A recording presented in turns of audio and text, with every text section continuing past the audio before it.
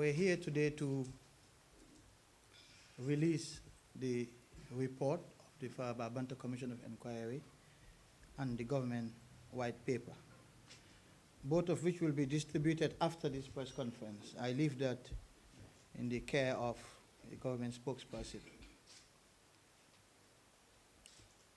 The publication of this report is being guided by Section 203 of the Constitution of the Gambia 1997, which says that on receipt of the report of a commission of inquiry, the President shall, within 6 months, publish the report and his or her comments on the report, together with a statement of any action taken or the reason for not taking any action thereon. Or, where the President refuses to publish the report for reasons of national security or otherwise in the public interest, he or she shall, within 6 months, publish a statement to that effect. The President has decided to publish this report within the 6-month period stipulated in the Constitution. In fact, just over 2 months since the Commission of Inquiry was established. The government accepts the findings of the Commission of Inquiry into the Faraba Banta incident insofar as they relate to the circumstances that led to the standoff at Faraba Banta on 18 June 2018, including, among the findings, the already existing poor relationship between the Village Development Committee and the Alcalo and others, the granting of the mining license to Julake Limited without consultations, the lack of transparency in the execution of the Memorandum of Understanding between Julake Limited and the Alcalo of Faraba Banta, the intervention by the National Assembly Select Committee on the Environment, and the deployment of the Police Intervention Unit personnel at the mining site. The resentment and tensions erupted into the bloody confrontation, leading to the fatalities, injuries, and the wanton destruction of properties in the village. Accordingly, the government accepts the recommendations of the Commission in this regard as contained in pages 47 to 52 of the report. The government is particularly concerned about the Commission's finding that the village of Faraba Banta is currently a divided community. Based on this finding and a totality of the Commission's other findings, it is established that all the concerned parties contributed to this unhealthy atmosphere in Faraba Banta village, as they have each failed to conduct themselves in a responsible manner. Consequently, the government has taken the following measures to address the long-standing acrimonious relationship between the different parties and prevent a recurrence of similar incidents at Faraba Banta. 1. The Alcalo of Faraba Banta village, Mr. Noha Kujabi, has been removed as Alcalo of the village in accordance with sections 144 and 145 of the Local Government Act. A new Alcalo of the village will be appointed soon in accordance with section 59 of the 1997 Constitution and section 142 of the Local Government Act. 2. The government has recommended to the Burikama Area Council the dissolution of the Village Development Committee in Faraba Banta in accordance with Section 96 of the Local Government Act, and for the urgent constitution of a new VDC in the village in accordance with Section 92 of the Local Government Act. 3.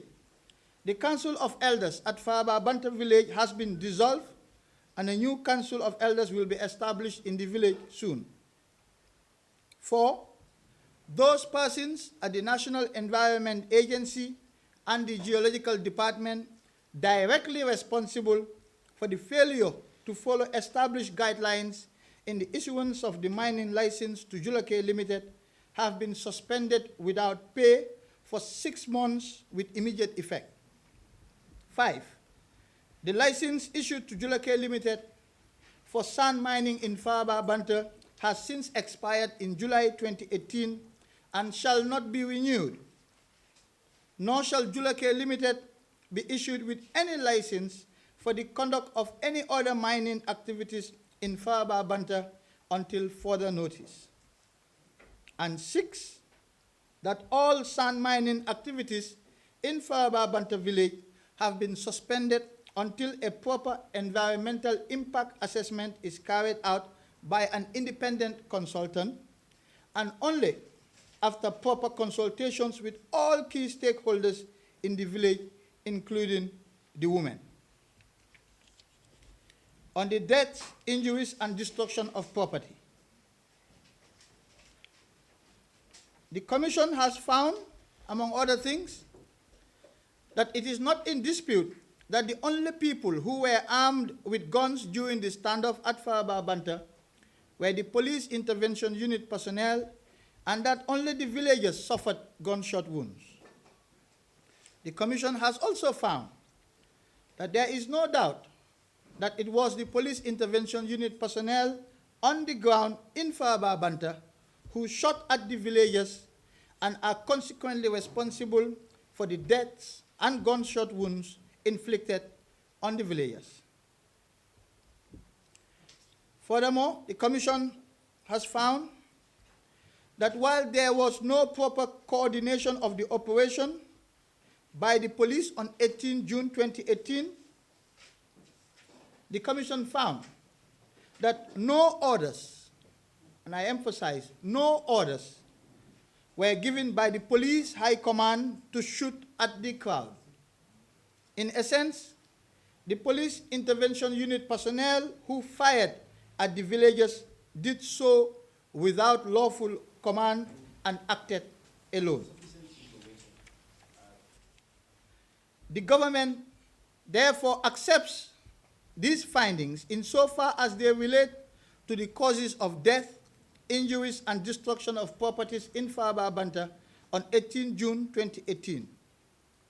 Accordingly, the government accepts the recommendation of the Commission in this regard as contained in pages 47 to 52 of the report, and has consequently taken measures including the following. 1.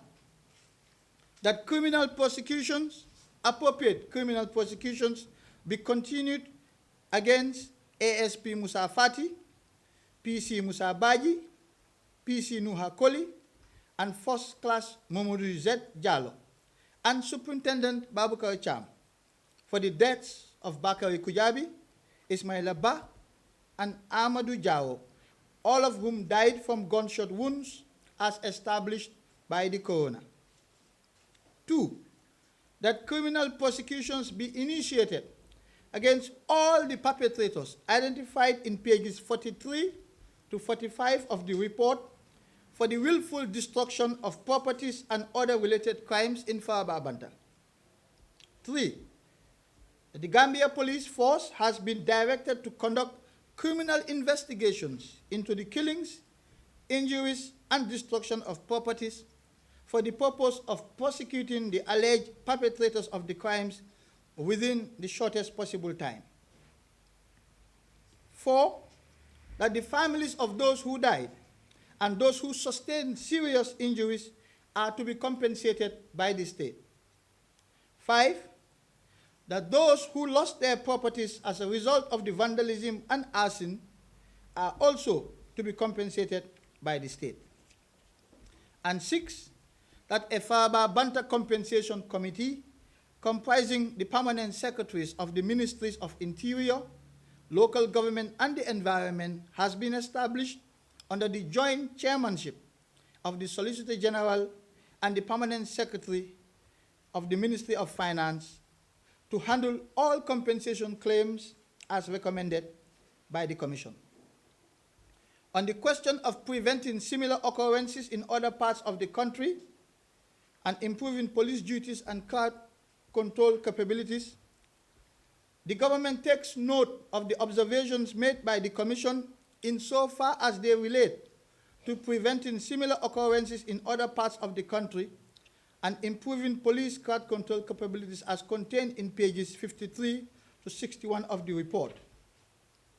The government would like to particularly highlight the observation by the Commission that communities must benefit from the proceeds of mining activities in their localities, such as the building of schools, health facilities, sports amenities, etc. The government inshallah mbela ngo moy nyola sayen kacha se kum fajang biyo kany nata atanyu forma meyola ya memo yankubo quality atela munu miyoto yala mararo wato la wasanji moni fulo kono binata telia pour nasi kacha soto kacha nyeng albela ya moy ali ko kumo kadiya amari fa dala kono ali ala kuma kan moy le nsi nyin kacha lo wale jang fo wati do ni mutana juma ko teke alla kese bonde jabato kacha la men kanale fatu network al nal badi mala Aisha Camara antala kanyin kacha sambale nan kapo fatu network ala baraka fo wati do in phases, depending on the availability of human, material, and financial resources at any given moment. Finally, the government wishes to place on record its deepest gratitude to the members of the Commission and to the support staff for carrying out this arduous national assignment with such commitment, diligence, and dedication. I thank you for your attention, and as I said, the whole white paper will be distributed together with